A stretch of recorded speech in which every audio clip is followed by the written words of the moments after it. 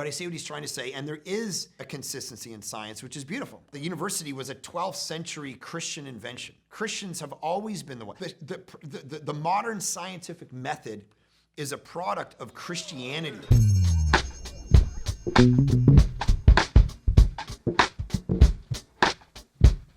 Hey everyone, Pastor Mark Reacts here. We are reacting to Ricky Gervais and Stephen Colbert. Come hang out with us. What do we got today? Oh, Ricky Gervais. All right, here we go. So this is atheism in a nutshell. You say there's a God. I say, can you prove that? You say no. I say I don't believe you then. So you believe in one God, I assume? In three persons, but go ahead. Okay, so you believe... Okay. So... But there are about 3,000 to choose from that have been, you know, people who believe in... I've done some reading, yeah. Okay, yeah. So basically, you believe in... You deny one less God than I do. You don't believe in 2,999 gods, and I don't believe in just one more. Right. So this is kind of a classic kind of argument, but if the evidence, so you don't believe in this many million gods, I just go one step further and disbelieve in one more, which is fine, but it's fine only if there wasn't evidence toward that one God. So to say, I don't believe in the millions of gods of Hinduism or something, and then say, and so I'm just going one more, not believing in eight. So first off, being an agnostic atheist, as he describes, an agnostic doesn't know. They say, not that everyone doesn't know, but I don't know, so I'm not gonna make a claim one way or the other. I'm not gonna, and that atheism isn't a belief system. That is a premise that they think in their brain makes sense, but it is a belief system. If I was to say to Ricky, you know, when someone dies, what happens when they die? He would say, well, they stop existing. If they suffered from cancer for a year, he would say, well, at least they're not suffering anymore. And I would say, well, how do you know that? Because that statement is a metaphysical statement, meaning it's a statement about what happens after the physical world ends. You're making a statement about the afterlife, that when there's no soul,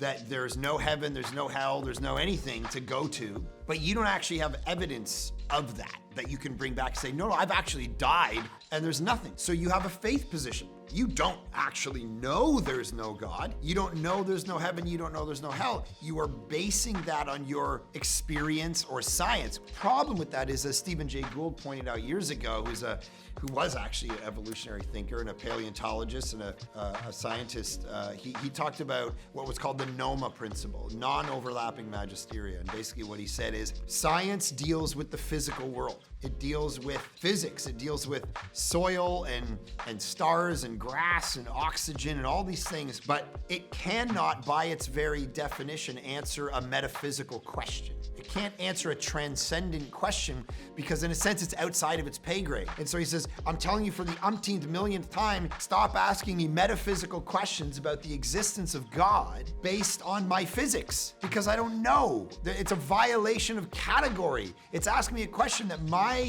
my discipline doesn't actually point me to answer. And I think that's the step of faith that atheists take, is I can't see God. He's not part of my scientific method, the way I prove things. Ergo, God doesn't exist. Oh, and by the way, I don't even have a belief system. I don't even have a faith position. I just believe what's obvious. And it's like, no, you believe a whole philosophical worldview that doesn't let, as one atheist put, a divine foot in the door to explain anything.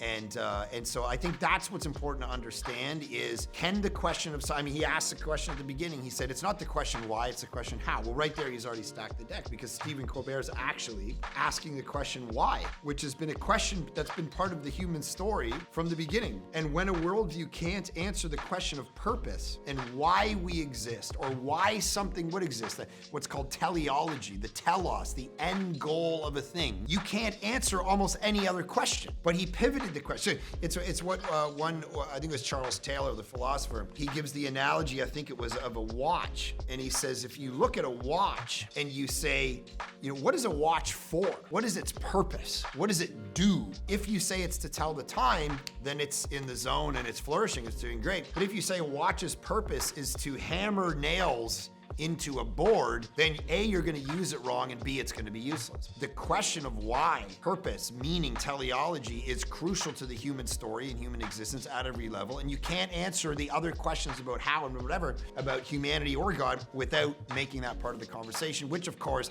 an atheist doesn't want to talk about because there is no why. The universe got here by mistake. It's cold and dark. We all die. The universe will one day, when the sun burns out, finish over, and there's no purpose. It's cold, and they don't want to answer that question. But of course, it keeps them awake in the sense of their own morality. You know, if Stephen Colbert just jumped across the table right now and strangled Ricky Gervais to death and went, well, who cares? There's no teleology, there's no purpose, there's no why, there's no anything. It's only the question of how. Then of course people would probably say, well, that wasn't right. And then of course it begs the question, where'd you get the category of right? Why not? If we're just animals, just, you know, he's standing in the way. Just get rid of him. Do you ever have a feeling of great gratitude for existence? Of course. Do you ever have I know the chances are billions to one that I am on this planet as me and never will be again. And I know I can't convince you that there is a God, nor do I really want to convince you there's a God, but No. I can only explain my experience, which is that I have a strong desire to direct that gratitude toward something or someone. Of course. And that thing is God. We're mortal. We want to make sense of nature and science, and it's too unfathomable. Why? Why do we want to make sense of nature and science? An animal, for all we can tell, doesn't want to make sense of nature. They're not asking the question of utilitarianism, of why could what I do make sense of this and be helpful in this and effective at this. They're eating and procreating and that's it. There's no, well, of course I want to make sense of the larger. Where did that's precisely Colbert's question. It has been philosophy's question for thousands of years. If we were just animalistic instinct like bees and giraffes, we wouldn't be pondering the question of meaning and why and teleology at all. But the fact that you do, most philosophers would go, it's a thing. It's actually some kind of pointer to something. Again, not proof. No Christian argues there's proof that God 1000% exists, and I can prove it to you right now. What we're talking about is following evidences that would make one more plausible than the other. That's what we're talking about. Everything in the universe was once crunched into something smaller than an atom. But you don't know that.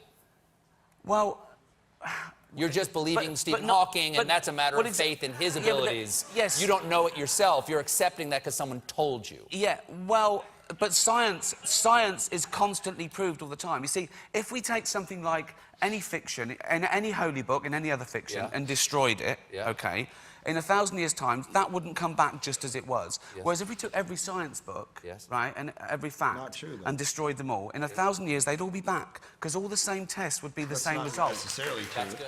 There's a lot of Darwinian science, and I mean, we pick his name out because he's popular, but a lot of science that's been rewritten. A lot of theories about certain physics and ideas over time, they went, oh no, that's not actually true. That's what the Copernicus revolution was about. There's so much science now that's actually rewriting stuff that was written 300 years ago. So it's not true that, I understand what he's saying, there's certain laws to physics that are different than holy books being written in, but to make the comparison is apples to oranges, because these holy books that he's talking about are trying to interpret the why. And this is where Christians get messed up a little bit when they constantly look at the Bible, well, especially even just the first few chapters, and think these are textbooks on how the universe was created. And it's like, yeah, there's a piece of that, but that's not actually the main purpose behind a Hebrew text, all Genesis 1, 2, and 3, and the poetry and the beauty that's involved in it. They're asking the question why. And there's how in it, but that how even isn't necessarily the way that we've interpreted it necessarily over the last couple hundred years, where it's literally this and literally whatever. There's a huge question about the why, which is what these holy books are actually trying to get into versus writing textbooks. So yes, comparing holy books to science books, they're asking different questions, but I would say you can read the whole Bible and you're not gonna find things that are scientifically wrong about it. It's not a science textbook, but you're not gonna be able to go, well, look, it says this, and science, people have done that. They've gone, look, the Bible says the universe, the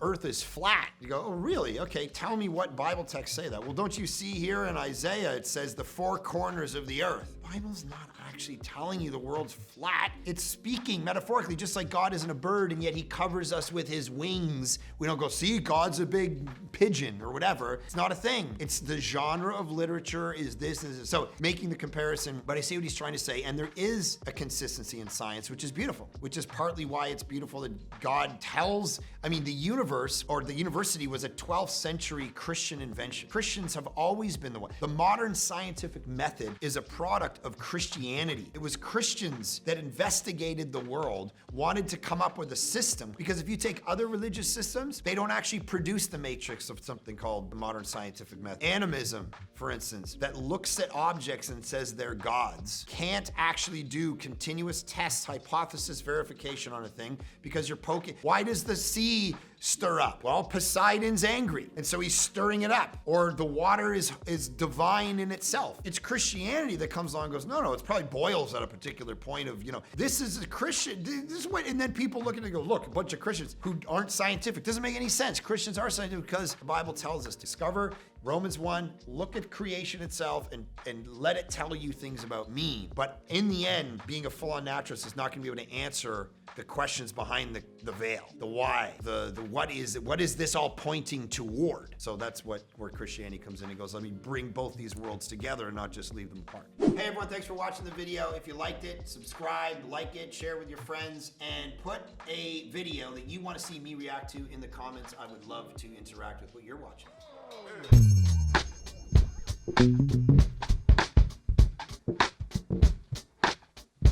Thank you.